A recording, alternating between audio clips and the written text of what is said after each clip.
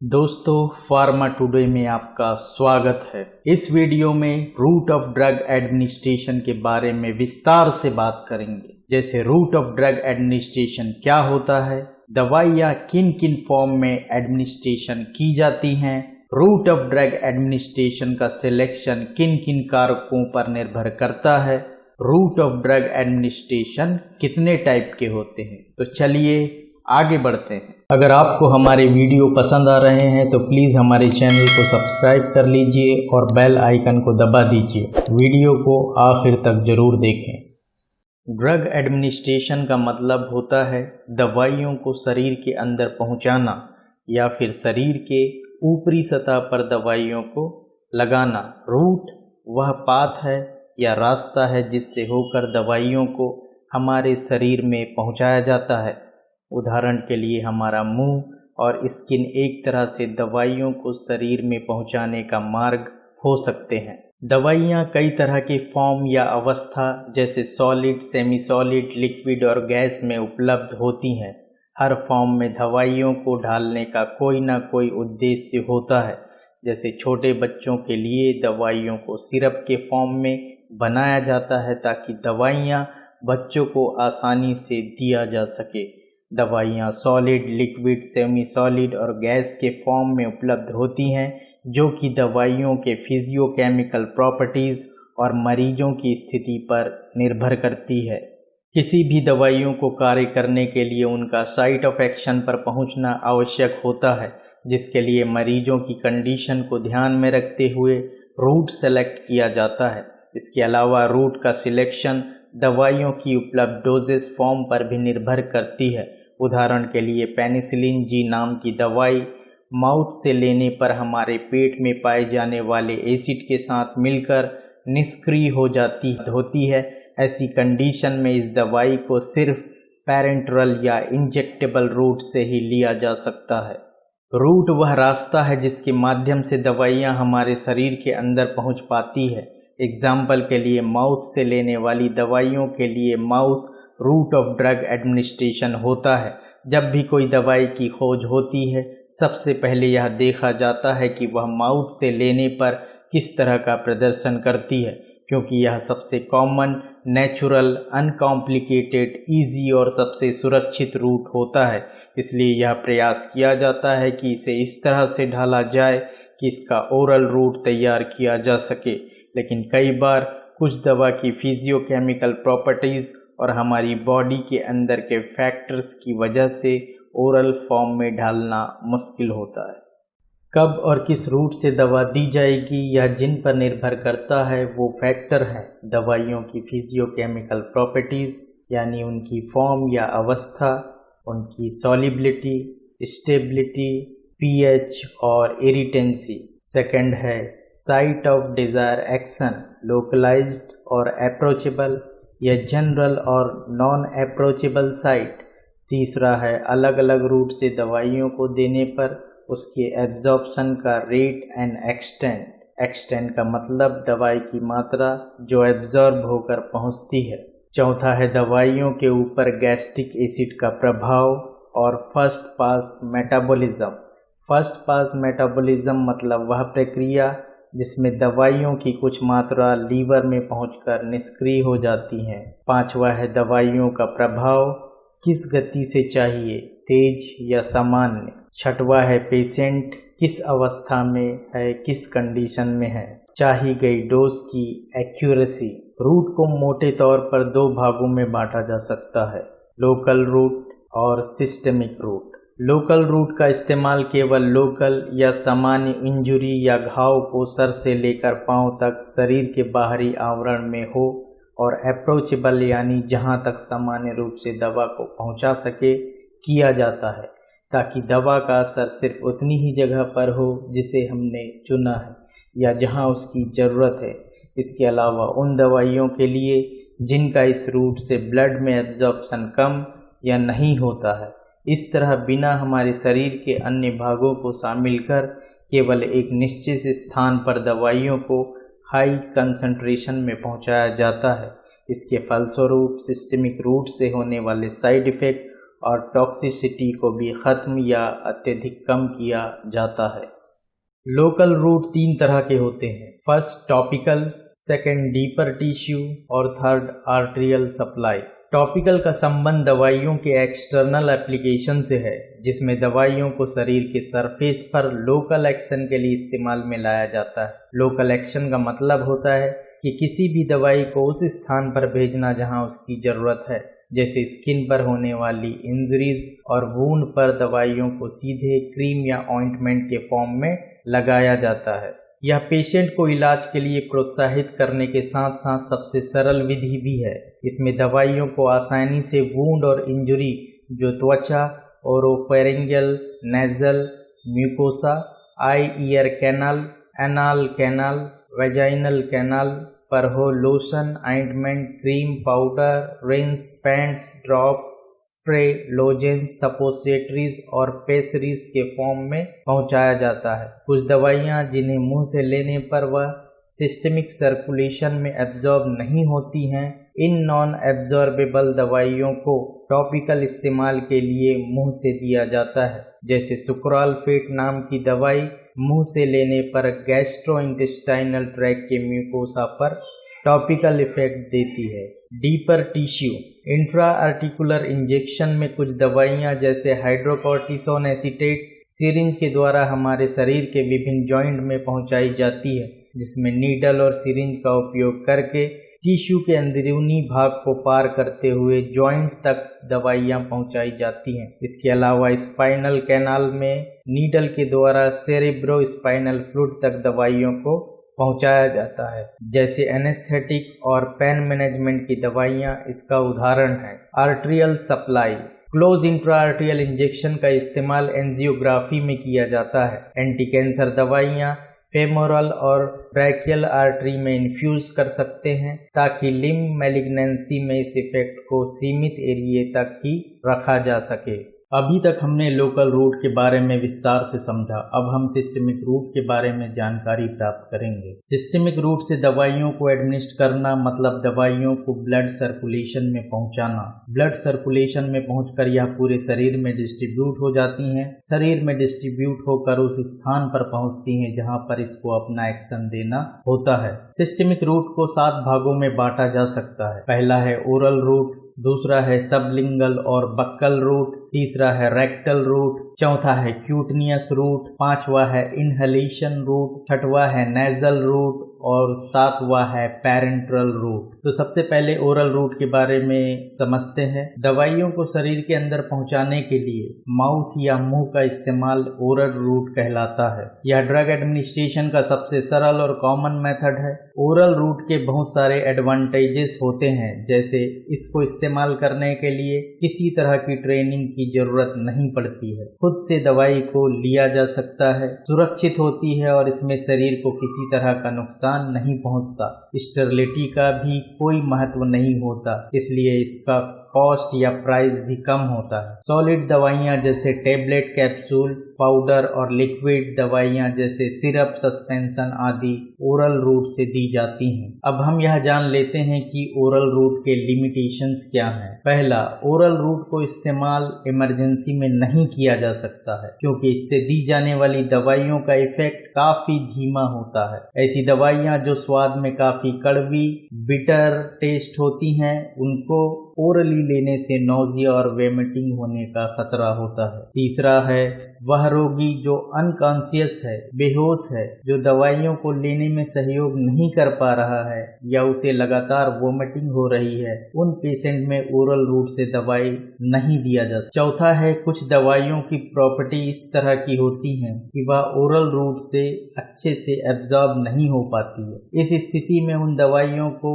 Oral route से नहीं दिया जा सकता है। पांचवा है वह दवाइयाँ जो हमारे डाइजेस्टिव सिस्टम में डिस्ट्रॉय हो जाती हैं, चाहे फिर वह गैस्ट्रिक जूस की वजह से हो या अन्य कारण हो, दवाइयों को ओरल देना पॉसिबल नहीं हो पाता है। सिस्टमिक रूट का सेकेंड पार्ट है सबलिंगल और बक्कल रूट। टेबलेट को जबान के नीचे रख लिया जाता है या मुंह में क्रश करके बक्कल म्यूकोसा में फैला दिया जाता है। इस तरह के रूट में सिर्फ उन दवाइयों का इस्तेमाल किया जाता है जो लिपिड सॉल्युबल हो और जो इरिटेशन पैदा ना करती हों। इस रूट का सबसे बड़ा एडवांटेज यह है कि इसमें दवाइयों का एब्जॉर्प्शन काफ़ी तेज होता है और दवाइयों का असर भी जल्दी दिखाई देने लगता है। दवाइयाँ सीधे ब्लड में पहुँचती हैं और इस तरह से लीवर से होकर गुजरने पर जो फर्स्ट पास मेटाबॉलिज्म होता है वह इस स्थिति में नहीं हो पाता है और दवाइयों की पूरी मात्रा सिस्टेमिक सर्कुलेशन में पहुंच जाती है। यह रूट उन दवाइयों के लिए काफ़ी उपयोगी है जिनकी काफ़ी मात्रा फर्स्ट पास मेटाबॉलिज्म यानी लीवर में डिस्ट्रॉय हो जाती हैं। ग्लिसरॉल ट्राइनाइट्रेट, ब्यूप्रियोनॉर्फिन और डेक्सा अमीनो ऑक्सीटोसिन यह कुछ दवाइयां हैं जो सबलिंगल रूट से दी जाती हैं। सिस्टेमिक सर्कुलेशन का तीसरा पार्ट है रेक्टल रूट। रेक्टल रूट में दवाइयों को सपोसिटरीज के फॉर्म में रेक्टल म्यूकोसा में रखा जाता है जहां से यह एब्जॉर्ब होकर सिस्टेमिक सर्कुलेशन में पहुंचती है। सपोसिटरीज दवाइयों की सॉलिड डोजेस फॉर्म होती है जिसे एनाल कैविटी में डाला जाता है जहां पर यह पिघल जाता है और डिसॉल्व होकर लोकल या सिस्टेमिक इफेक्ट देता है। आमतौर पर इस रूट का इस्तेमाल उन दवाइयों के लिए किया जाता है जो काफ़ी इरिटेंट और अनप्लीजेंट होते हैं। अगर पेशेंट अनकॉन्शियस है या उसे लगातार वोमिटिंग हो रही है तब भी हम रेक्टल रूट का इस्तेमाल करते हैं। इस रूट के कुछ डिसएडवांटेजेस हैं जैसे यह सुविधाजनक नहीं है, दवाई का एब्जॉर्प्शन स्लो है और सबसे महत्वपूर्ण पेशेंट को एम्बैरेसिंग यानी लज्जित कर सकता है। रेक्टल रूट में दवाइयाँ एक्सटर्नल हेमोरॉइड वेन से अब्जॉर्ब होती हैं। एक्सटर्नल हेमोरॉइड वेन से अब्जॉर्ब होने के कारण यह लीवर से बाईपास हो जाती हैं। डायजेपाम, इंडोमेथासिन, पैराल्डिहाइड, इर्गोटामीन यह कुछ दवाइयाँ हैं जो रेक्टल रूट से दी जाती हैं। सिस्टेमिक रूट का नेक्स्ट पार्ट है क्यूटेनियस। वह दवाइयाँ जो लिपिड सॉल्युबल होती हैं स्किन के ऊपर लगाई जाती हैं ताकि स्लो और उसका धीमा धीमा लंबे समय तक एब्जॉर्प्शन होता रहे। इस रूट में लीवर बाईपास हो जाता है। दवाइयों को ऑइंटमेंट के रूप में बनाया जाता है और स्किन के स्पेसिफाइड एरिया में अप्लाई किया जाता है। इन दवाइयों में ऑयली बेस होने के कारण जब इनको स्किन के ऊपर रबिंग किया जाता है तो इनका एब्जॉर्प्शन बढ़ जाता है। क्यूटेनियस रूट में ट्रांसडर्मल पैचेस का इस्तेमाल किया जाता है। ट्रांसडर्मल पैच स्किन पर चिपकने वाले डिफरेंट साइज के पैच होते हैं जिनके अंदर दवाई भरी हुई होती है। यह पैच बैकिंग फिल्म और माइक्रोपोर मेम्ब्रेन से मिलकर बनी हुई होती हैं जो स्क्रीन पर अटैच होने पर स्किन पर पाई जाने वाली स्ट्रेटम कॉर्नियम के माध्यम से धीरे धीरे दवाई को सिस्टेमिक सर्कुलेशन में रिलीज करती हैं। पांचवा जो पार्ट है वो है इनहेलेशन रूट। वोलाटाइल लिक्विड और गैस इनहेलेशन के जरिए बॉडी के अंदर पहुंचते हैं और सिस्टेमिक सर्कुलेशन में एब्जॉर्ब हो जाते हैं। जैसे जनरल एनेस्थीसिया में दी जाने वाली दवाइयाँ इनहेलेशन के जरिए सिस्टेमिक सर्कुलेशन में पहुंच जाती हैं। इनहेलेशन में दवाइयाँ फेफड़ों में पहुंचती हैं और फेफड़ों में पाए जाने वाले एयर सैक जिन्हें एल्वियोलाई कहा जाता है के द्वारा कैप्चर होकर अवशोषित हो जाते हैं जिसकी वजह से यह बहुत तेजी से सिस्टेमिक सर्कुलेशन में पहुंच जाते हैं जिससे दवाइयों का असर काफ़ी तेज होता है। सिस्टेमिक सर्कुलेशन का छठवां जो पार्ट है वो है नेजल रूट। दवाइयाँ नाक में पाए जाने वाले म्यूकस मेम्ब्रेन से अवशोषित हो जाती हैं। म्यूकस मेम्ब्रेन से अवशोषित होने पर यह लीवर को बाईपास करते हुए सिस्टेमिक सर्कुलेशन में पहुंच जाती है जिसे फर्स्ट पास मेटाबॉलिज्म नहीं हो पाता है। इस रूट से दवाइयों का अवशोषण काफ़ी तेजी से होता है। दवाइयाँ स्प्रे और नेबुलाइजर सॉल्यूशन के फॉर्म में नेजल रूट से दी जाती हैं। गोनेडोट्रोपिन रिलीजिंग हार्मोन एगोनिस्ट और डेस्मोप्रेसिन इस रूट से दी जाने वाली कुछ प्रमुख दवाइयाँ हैं। सिस्टेमिक सर्कुलेशन का सबसे महत्वपूर्ण और आखिरी पार्ट है पैरेंट्रल रूट। पैरेंट्रल रूट दो ग्रीक शब्द पैर और इंट्रल से मिलकर बना हुआ है। इंट्रल का मतलब होता है इंटेस्टाइन यानी आंत, और पर का मतलब होता है कि बाहर। इसका मतलब यह हुआ कि यह दवाइयाँ इंटेस्टाइन के बाहर यानी इंटेस्टाइन से परे होती हैं, यह आंत तक नहीं पहुंच पाती हैं और सीधा ब्लड में पहुंच जाती हैं। इस रूट में दवाइयों को एडमिनिस्टर करने के लिए इंजेक्शन की जरूरत पड़ती है, जिसके द्वारा दवाइयों को इंजेक्ट कर सीधे टिश्यू फ्लड या ब्लड में पहुंचाया जाता है। दवाइयों का एक्शन फास्ट होता है, जिसका उपयोग आपातकाल यानी इमरजेंसी की स्थिति में किया जाता है। इस रूट का इस्तेमाल उन पेशेंट में भी किया जाता है जो अनकॉन्शियस है या जिन्हें लगातार वोमिटिंग हो रही है। लीवर पूरी तरह से बाईपास हो जाता है और फूड और डाइजेस्टिव जूस से भी किसी तरह के इंटरेक्शन होने का खतरा खत्म हो जाता है। यह तो सारे इस रूट के एडवांटेजेस थे, पर कुछ डिसएडवांटेजेस भी है। सबसे पहला, इस रूट में इस्तेमाल होने वाली सारी दवाइयाँ स्टेराइल होती हैं, जिससे इनका कॉस्ट प्राइस बढ़ जाता है। दवाइयों को सिरिंज के द्वारा इंजेक्ट किया जाता है, जिसमें दर्द का एहसास होता है। खुद से दवाइयों को इंजेक्ट करना मुश्किल होता है, जिससे अन्य प्रशिक्षित पर्सन की जरूरत पड़ती है। ओरल रूट के मुकाबले यह रूट में थोड़ा रिस्क रहता है, जैसे कि सिरिंज से इंजेक्ट करते वक्त उसी स्थान पर इंजरी का होना। पैरेंट्रल रूट भी कई प्रकार के होते हैं, जिनके बारे में आगे हम जानेंगे। पैरेंट्रल रूट के प्रकारों में सबसे पहला प्रकार है सबक्यूटेनियस। दवाइयों को सबक्यूटेनियस टिश्यू में इंजेक्ट किया जाता है। इंजेक्ट करने पर यह दवाइयाँ टिश्यू के नीचे डिपॉजिट हो जाती हैं। क्योंकि सबक्यूटेनियस टिश्यू में नर्व काफी मात्रा में पाई जाती है, इसलिए वह दवाइयाँ जो इरिटेशन पैदा करे सबक्यूटेनियस रूट से नहीं दी जाती है। दवाइयों की थोड़ी सी ही मात्रा को सबक्यूटेनियस रूट में इंजेक्ट किया जा सकता है। नीडल को स्किन की गहराई में इंसर्ट नहीं किया जाता, इसलिए पेशेंट खुद से दवाइयों को एडमिनिस्टर कर सकता है।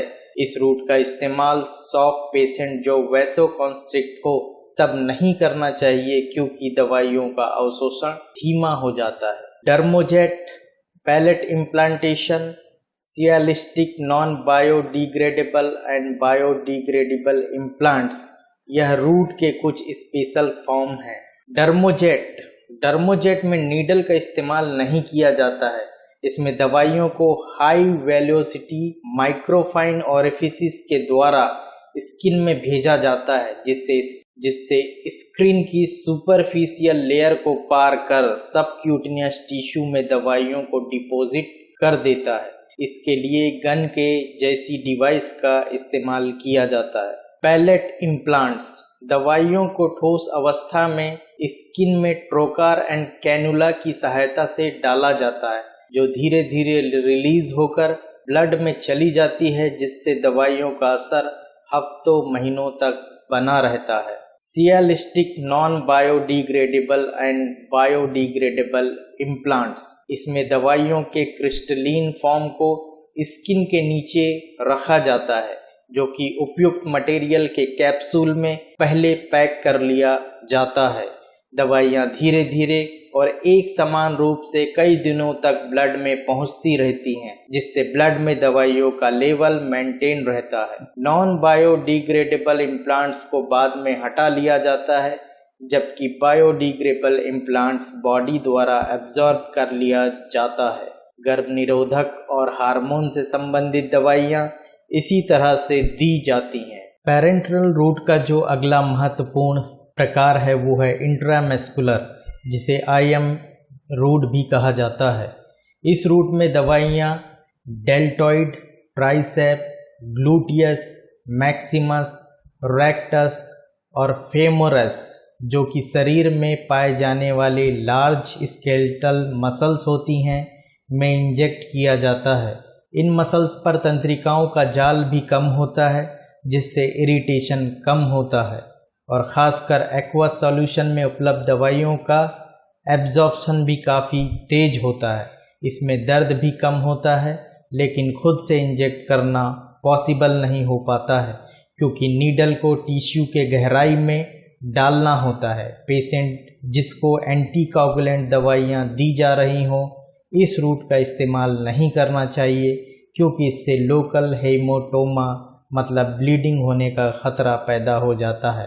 एक और लेकिन सबसे इम्पॉर्टेंट पैरेंटल रूट का जो प्रकार है वो है इंट्रावीनस, जिसे आईवी कहा जाता है।